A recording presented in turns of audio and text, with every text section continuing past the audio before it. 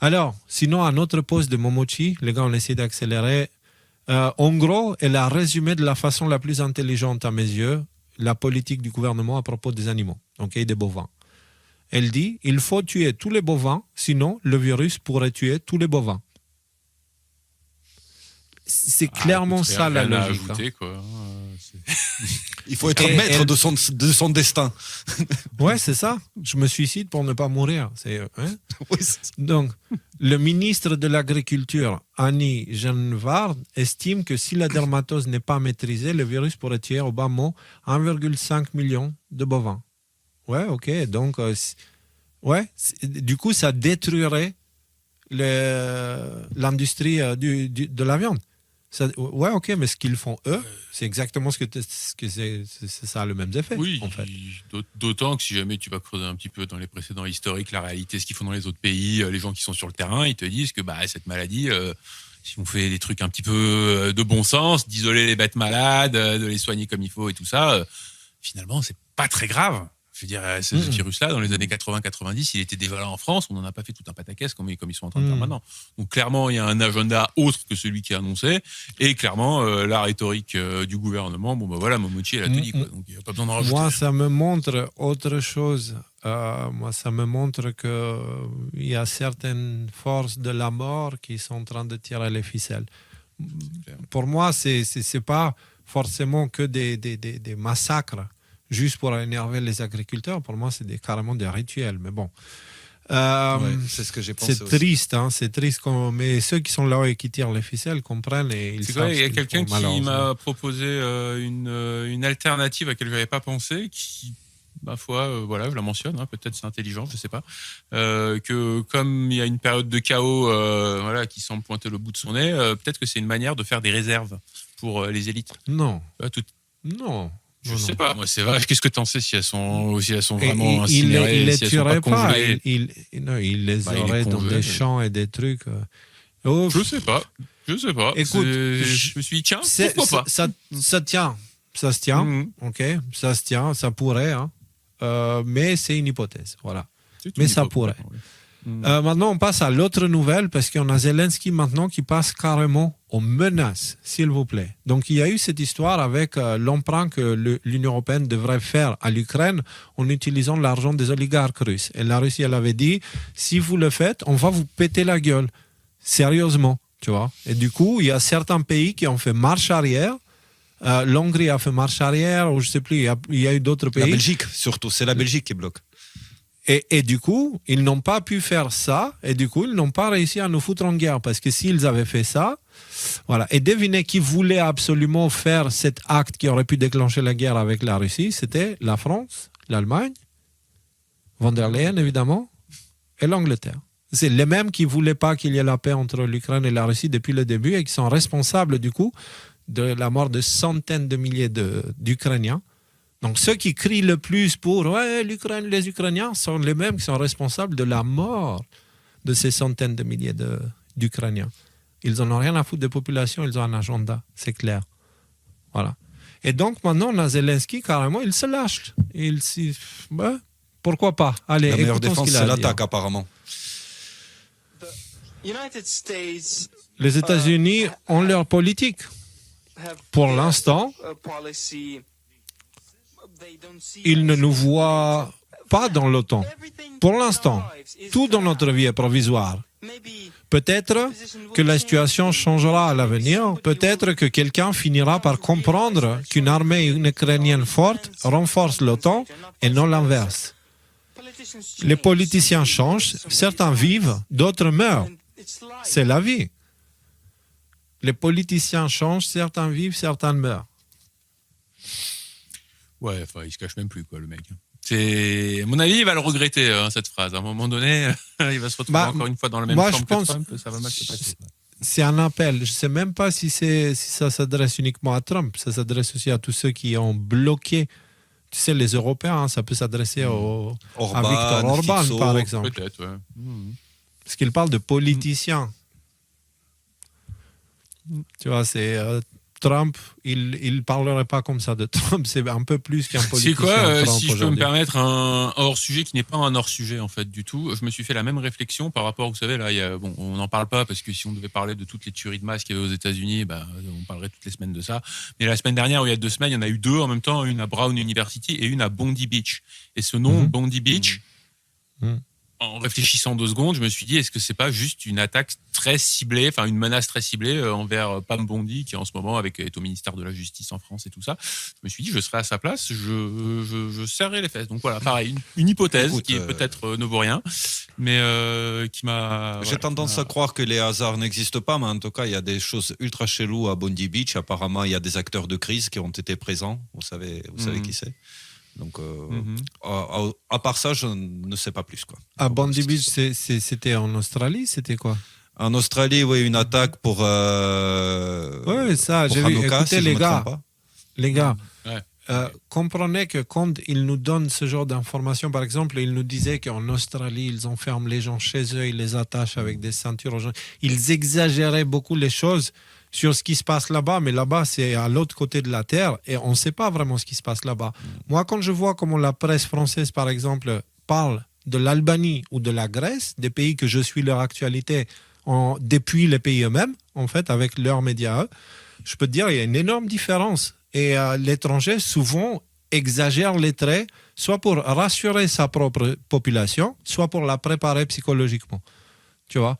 Donc, je pense que ce qui est arrivé là-bas, c'est quelque chose qui est arrivé là-bas et que si on n'a pas le temps de mettre le nez dedans et de fouiller en profondeur, on ne devrait peut-être pas se prononcer sur est-ce que c'était une vraie attaque ou une fausse attaque, parce que là, on commence à engendrer des karmas. Tu vois, c'est si on commence à parler de ces sujets-là, c'est si on choisit des camps, on sera mis dans des camps. Tu vois ce que je veux dire?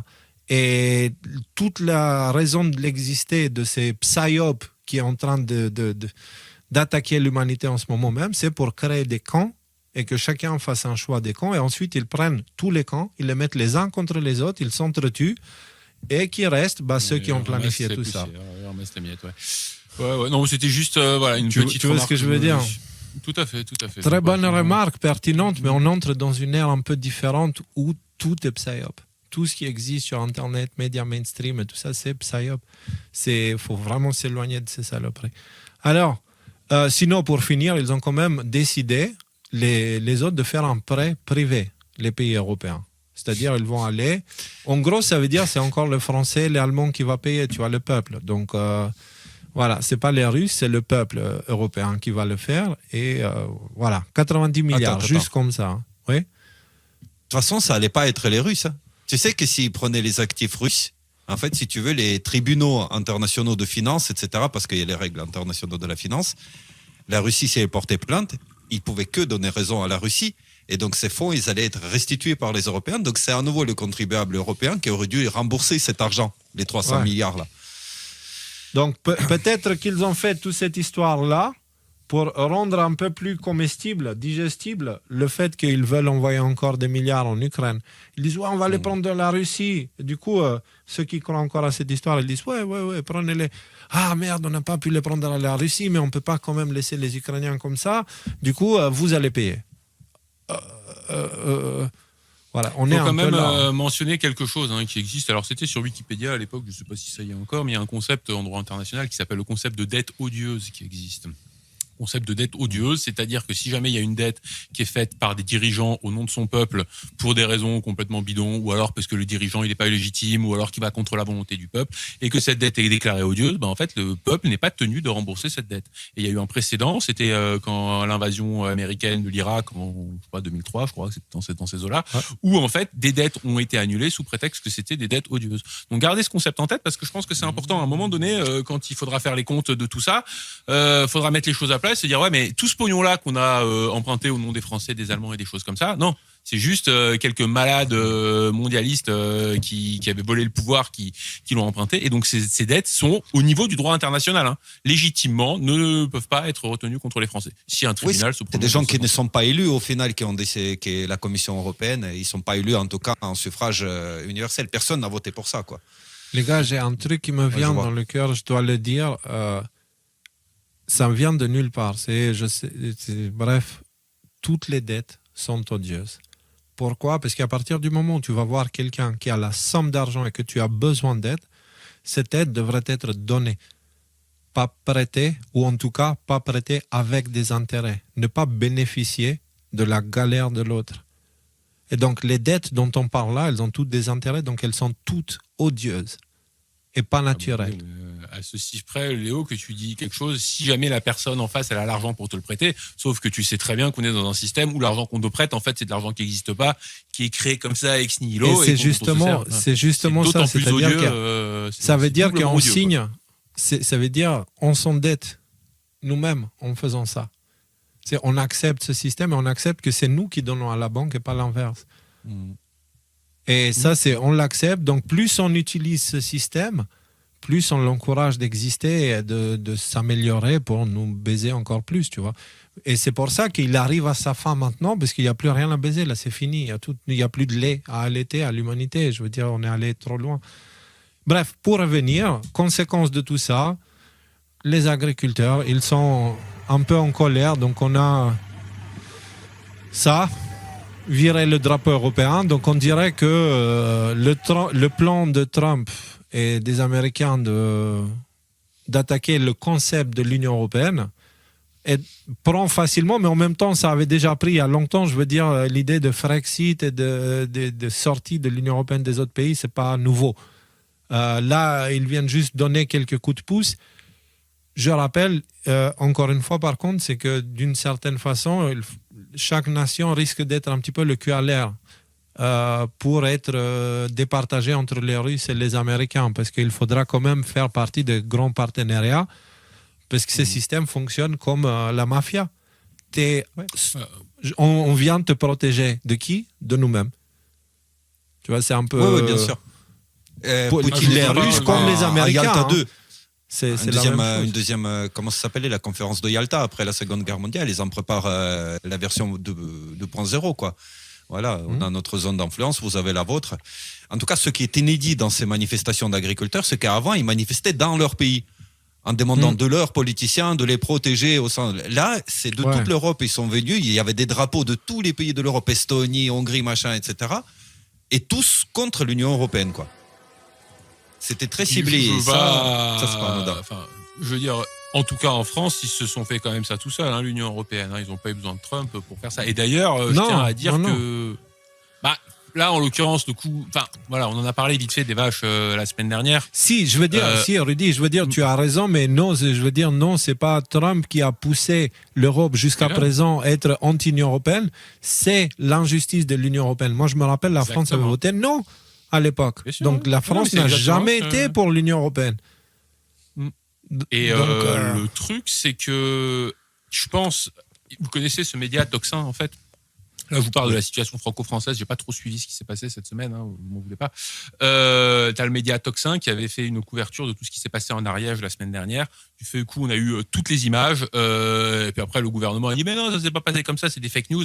Et les gens n'ont pas arrêté de leur balancer sur les réseaux sociaux des vidéos de Toxin. Ah ouais, alors vous avez pas balancé des gaz. Alors qu'est-ce que c'est ça? C'est des rouleaux de papier toilette que vous balancez des hélicoptères et tout ça. Donc en fait, je pense qu'ils avaient sous-estimé le fait qu'un média comme Toxin qui commence à avoir une... Alors on n'aime pas, je veux dire chacun son opinion, mais qui commence à avoir une influence grandissante en France, a pu avoir un impact qui était complètement sous-estimé par le pouvoir français. D'ailleurs, je veux dire, ils s'en sont toujours pas remis. Et ce que je voulais dire, c'est que voilà, ça c'était mon intuition. Je crois que je l'ai mentionné la semaine dernière. C'était ça sent les gilets jaunes 2.0 là, ce qui est en train de se passer, quoi. En tout cas, en France, le fait de voir ça, il y a eu la semaine dernière, avec ces 200 vaches en Ariège, un mouvement qui a mis tout le monde d'accord sur ces injustices, sur cette espèce de politique de mort qui est visible aux yeux de tous. Et voilà, à mon avis, c'est loin d'être terminé, cette histoire-là. Donc, est-ce qu'ils vont faire comme d'habitude, c'est-à-dire nous prennent un mec, ils vont dire « Ah, lui, c'est le chef, regardez, on met toutes les caméras sur lui. » Puis le chef, au bout de 2 semaines, il retourne sa veste et puis il prend un poste à la France Insoumise ou une connerie comme ça en demandant aux agriculteurs de se calmer. En même temps, ça fait 40 ans qu'ils font le coup et je pense que voilà, les gens, peut-être, ont commencé à comprendre, surtout les agriculteurs qui sont les premiers concernés, à comprendre cette espèce de jeu et peut-être vont pas faire les mêmes erreurs qui ont été faites dans le passé. En tout cas, toute cette situation-là indique qu'un changement inévitable, imminent, est bien réel. C'est une réalité maintenant. C'est plus un truc qu'on annonce, vous allez voir ce que vous allez voir. Maintenant, vous le voyez. Ça commence petit à petit. Sinon, autre nouvelle. De nouvelles images troublantes issues des dossiers Epstein ont été rendues publiques. Elles montrent Bill Gates en compagnie d'une victime qui serait liée au réseau de traite d'êtres humains de Jeffrey Epstein. Une autre capture d'écran de SMS semble montrer le réseau Epstein proposant des victimes à la vente. Les messages comprennent des descriptions détaillées telles que l'âge, la taille, la mensuration et le pays d'origine. Ces documents mettent en évidence une opération de traite d'êtres humains qui s'étendait à plusieurs pays à travers le monde. Ce sont des nouvelles officielles transmises aussi par Reuters. Pas de la même façon, évidemment. Ils n'ont pas décrit ça de la même façon. Mais là, vous avez un milieu mainstream qui analyse les dossiers Epstein et là, vous avez un milieu plus complotiste qui analyse ces mêmes événements. Et forcément, ils n'ont pas la même approche, ils ne vont pas chercher les mêmes choses, mais c'est vrai que dans ces dossiers qui sont sortis, il y a un pas de plus vers cette idée de trafic d'êtres humains, crimes contre des enfants et des choses comme ça, en fait. On est un pas de plus. Et je pense que cette affaire-là va commencer à faire du bruit parce que ça a été annoncé aujourd'hui concrètement. C'est une nouvelle de 19 décembre, donc aux États-Unis. Je crois que c'était aujourd'hui la date limite de release de tous les dossiers Epstein par le. J'ai pas suivi. Ça a été reporté. Par le Congrès. Ça a été reporté. D'accord. En attendant, ils ont sorti une partie. Il y a ça qui a sorti. Et donc, sinon, une autre petite nouvelle. Donc, le FBI a admis n'avoir jamais eu de motif valable pour perquisitionner Mar-a-Lago. Vous vous rappelez de la perquisition de Trump. Ils sont allés chercher les culottes de Melania et tout ça. Mais le ministère de la Justice de Biden a essentiellement demandé au FBI de créer / trouver un motif valable. Donc le FBI qui dit, les gars, on n'a pas de raison d'y aller légal.